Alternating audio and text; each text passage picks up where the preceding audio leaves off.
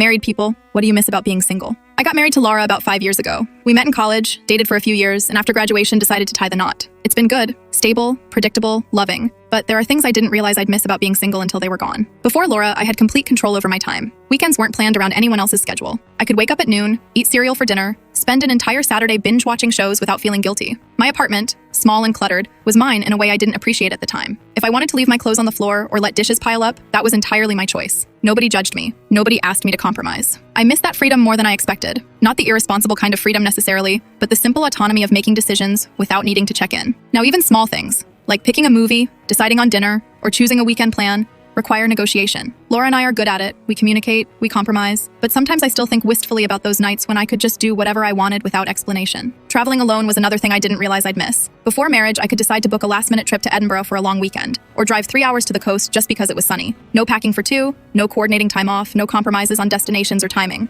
The spontaneity is gone.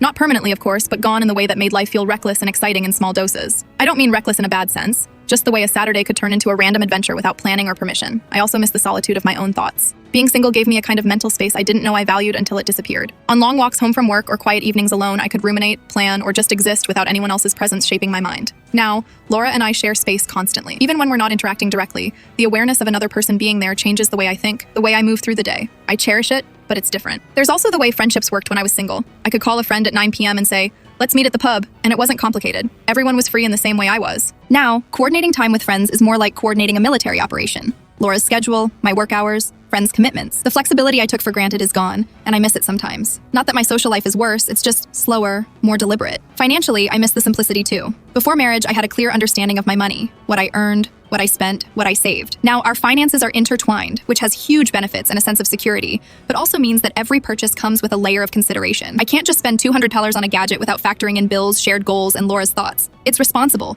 but it's not the same carefree spending freedom I had when I was single. Lastly, I miss the way I used to reinvent myself in small ways. Being single gave me permission to experiment with style, habits, routines, even minor obsessions, without worrying about how someone else might feel. I could dye my hair neon green for a month, or take up a random hobby without it affecting anyone but me. Now, there's always an implicit awareness that my choices ripple outward. I don't regret it, but I do miss the pure, unchecked self-expression of that time. I don't bring these things up often. I don't want Laura to feel like I'm nostalgic in a negative way. Our life together is fulfilling, and the trade-offs are worth it. But sometimes, on a quiet Saturday morning when she's still asleep and I have the apartment to myself, I brew coffee, sit on the couch, and remember what it felt like to have complete freedom. I don't need it back. I just miss it. The little luxuries of single life, it turns out, aren't flashy adventures or wild parties. They're the invisible threads of independence and self-direction that disappear once someone else becomes your world. And I remember them every time I sit alone in my empty kitchen, sipping coffee, watching sunlight spill across the floor,